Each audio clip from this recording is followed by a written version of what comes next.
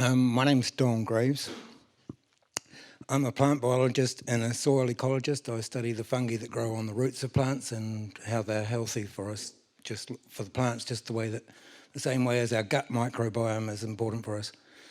My idea came to me in 2002 when I moved to Motueka. People were telling me that the hops industry here had to change over to plastic twine. And at that point, they were using 16,500 kilometres of plastic twine each year, most of which gets burned. Some of the hops gets composted. The Kim Maglashan Max hops, they compost for 2 years and they extract the twine out. Excuse me. As a plant biologist, I know that hops is a very close cousin of hemp and of stinging nettles. And hemp is good for, amongst other things, fibre. So the hypothesis, the scientific guess was that hops would be quite good too.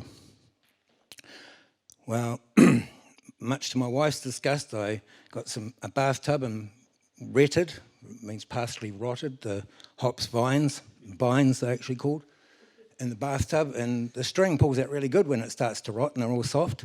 It's really, the hops is really like a shark skin. It's very prickly and got lots of little sticky things that hold on to the twine. So that's why they think they have to burn it. So fortunately, in 2009, a group of 3 researchers in 2010 at Nebraska University decided, they were fibre scientists, and they decided to check out how good is hops compared to hemp and cotton.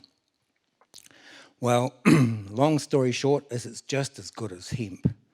And so every fabric, every textile, every use that hemp fibres can be used for, hops can be.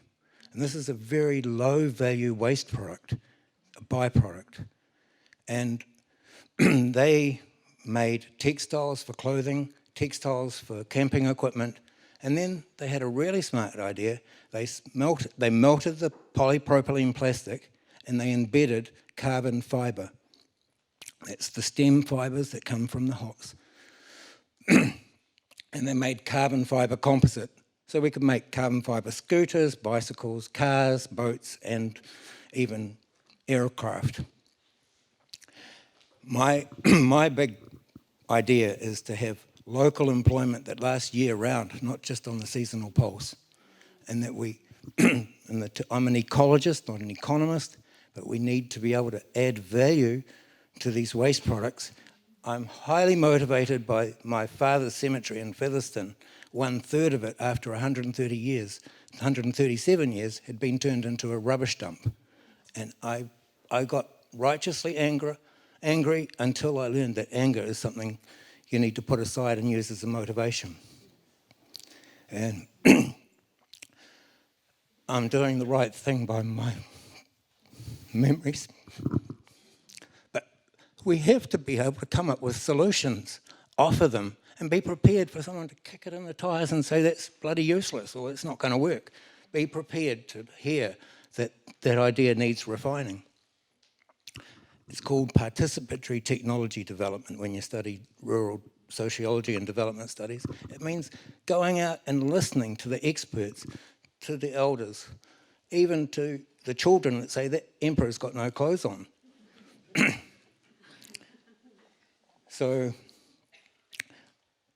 I proposed to go to a funding agency called 9Wire, or number 9Wire, and to get collaboration within the community that this is an idea that we can make things from. I think that hops heads would be the first to want to wear something that they drink. But there's no reason that you couldn't make the compost from the non-fibrous parts of the plants that you're extracting. You can still make compost. I tautoko everything that Katarina's saying about biochar. It's a very good filter. It binds onto all of those nutrients that are in the compost and in the soil and makes them still available for plants. So we could use the biochar to extract and maintain and hold on to those nutrients that come out of the retting process. We don't need to make paru water by retting in water. We don't need resources consents for that. There are enzymes now that the fruit juice industry uses to extract juice from the pulp, and then you can just collect the hops as it comes out of the factory, put it in the silage pit or put it in baleage, and then extract the fibres, the twine out, and then go about. Ian Cave, one of the active green members around here, is an octogenarian. He was one of the world experts in something called X-ray crystallography that actually measured the cellulose fibres just under the bark, and says he can look at that paper and say that they're identical. Hops and hemp are identical in the structure of their cellulose. So just as a sign of the times, I can now say I'm like, when you talk to a 4-year-old how old they are, they'll say they're 4.5, because they're nearly 5. Well, I'm nearly 65, I'm 62.5. And I'd like to be able to have some economic security in a community where we are employed for living wages, but we're also not stop-start again.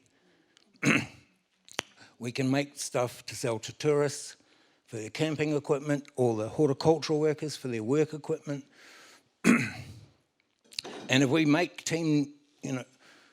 if we make high-end boats like the Team New Zealand boat and things, or we're selling stuff, Sean Weaver from Takaka is advising me that a good a good startup would be to actually extract the fibre and sell it as a commodity, as carbon fibre, as a commodity. People can do with it what they want then.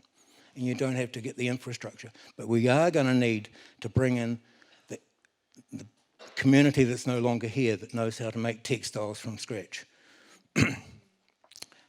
We are going to have to learn old skills over again.